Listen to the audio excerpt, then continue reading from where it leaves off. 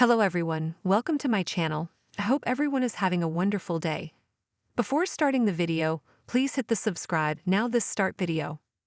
Thursday's episode of Asterisk, The Young and the Restless Asterisk brought high-stakes drama, heartfelt confessions, and unexpected twists.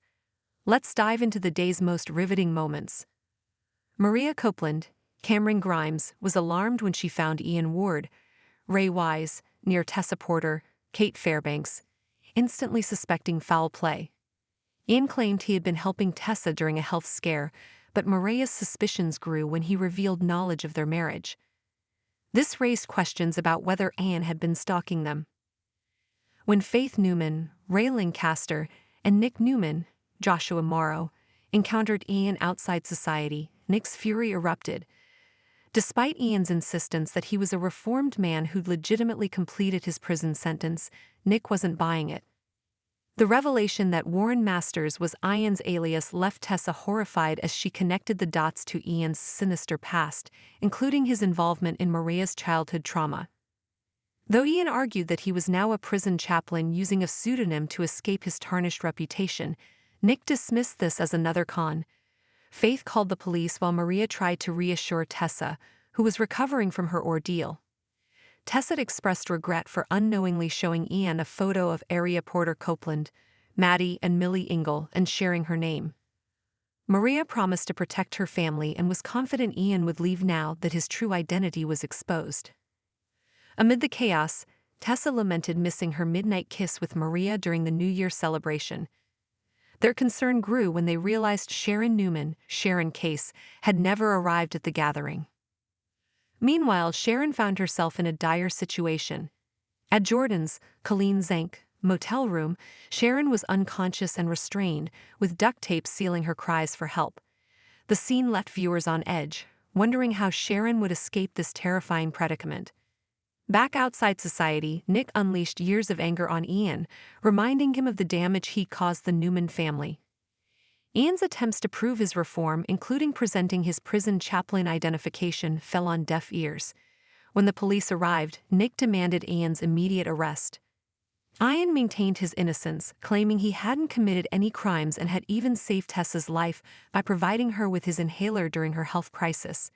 He urged the officer to verify his credentials with the Prison Chaplain Association, insisting he was in Genoa City to make amends. At the Jazz Lounge, Diane Jenkins Abbott, Susan Walters, sought forgiveness from Michael Baldwin, Christian Leblance, for misleading him about her marriage troubles. Michael agreed to move forward, while Jack Abbott, Peter Bergman, appealed to Lauren Baldwin, Tracy E. Bregman, for compassion toward Diane. A hopeful moment followed as Lauren admired Diane's teardrop necklace and expressed interest in a double date.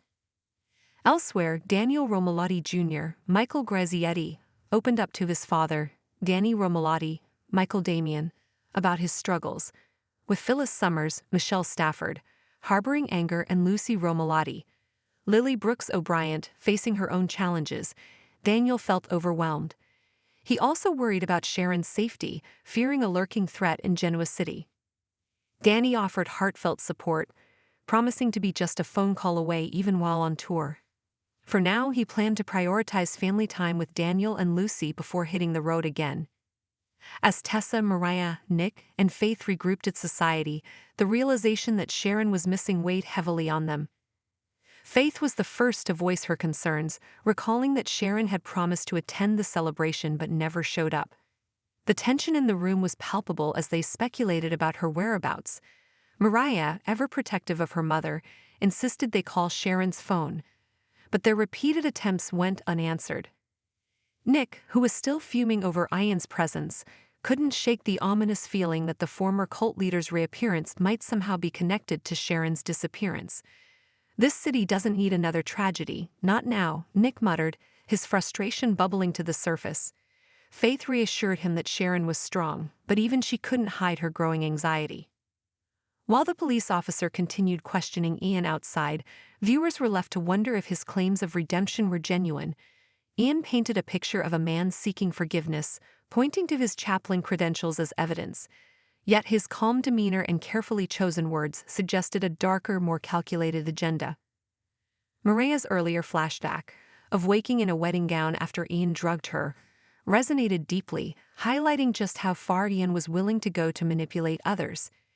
Even as Ian argued that his return to Genoa City was purely coincidental, his presence felt like the prelude to another scheme.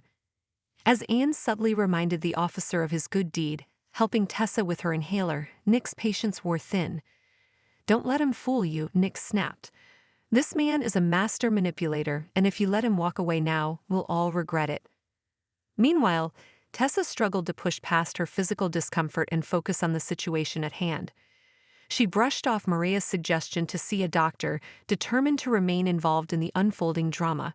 "We're stronger together," Tessa said, her voice steady despite the fear in her eyes. Tessa's concern wasn't just for herself but for Arya as well. She admitted feeling guilty for having shown Ian Arya's photo, inadvertently giving him a glimpse into their lives. Maria took Tessa's hands in hers, her voice firm yet comforting. "Ian doesn't get to control us or our family. We fought too hard to build this life, and we won't let him take it away." Back at Jordan's seedy motel room, the camera panned over Sharon's motionless form, bound and gagged on the bed. The dim lighting and eerie silence amplified the sense of danger. Slowly regaining consciousness, Sharon's initial confusion gave way to panic as she realized the extent of her predicament. Jordan, sitting in a worn-out chair nearby, seemed indifferent to Sharon's plight. The contrast between Sharon's struggle and Jordan's nonchalant demeanor was chilling. As Sharon began to test the strength of her bindings, her determination to escape became evident. Viewers watched as Sharon used her resourcefulness, twisting her wrists against the duct tape in hopes of loosening it. Despite her dire circumstances, Sharon's inner strength shone through, reminding fans why she's one of Genoa City's most resilient characters. At the Jazz Lounge, the evening continued with a mix of heartfelt moments and lingering unease.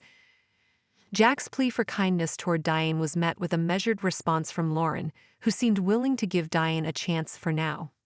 Diane, wearing her teardrop necklace with quiet pride, thanked Lauren for her openness, hinting at a desire to rebuild bridges she'd long burned.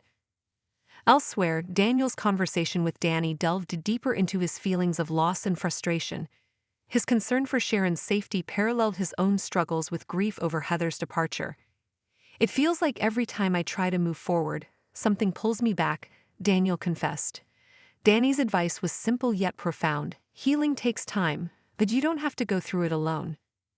Danny's commitment to spending time with Daniel and Lucy before returning to his tour underscored the importance of family amidst the chaos. The father-son bond provided a brief reprieve from the tensions enveloping Genoa City. As the episode drew to a close, the stakes remained high. Sharon's fate hung in the balance, Ian's true motives remained unclear, and the Newman family braced for whatever came next. The uncertainty surrounding these storylines left viewers eager for answers. This continuation brings the total word count closer to your goal while maintaining the momentum of the narrative. Let me know how you'd like to proceed. As the dust began to settle on an eventful evening, the tension in Genoa City lingered. Nick vowed to protect his family at all costs, while Maria and Tessa held tight to each other, drawing strength from their bond. Faith, though worried, displayed remarkable resilience, mirroring her mother's courage. Meanwhile, Sharon's predicament grew increasingly dire. Each moment in Jordan's motel room felt like an eternity, leaving fans on edge as they wondered how she would escape this nightmare. Her determination was evident, but would it be enough to outwit her captor? Back at the Jazz Lounge, Diane and Jack shared a quiet moment of reflection, hopeful yet aware of the challenges still ahead. Daniel, buoyed by Danny's support, resolved to face his own struggles head-on. With danger lurking and relationships tested, Genoa City's residents braced themselves for what promises to be an unforgettable start to the new year. Fans can expect twists, turns, and emotional revelations in the days to come. Stay tuned. This section adds another layer of suspense and emotional depth, rounding out the word count further. Let me know if you need additional edits. Daniel's journey of grief and resilience is far from over, with surprises waiting to unfold as he copes with the loss of Heather Stevens, Vale Bloom. As Genoa City's drama intensifies, fans can expect more twists and turns. Stay tuned to The Young and the Restless for all the latest updates, spoilers, and gripping storylines. For the most thrilling recaps and predictions, make CDL your go-to source for everything Y and R.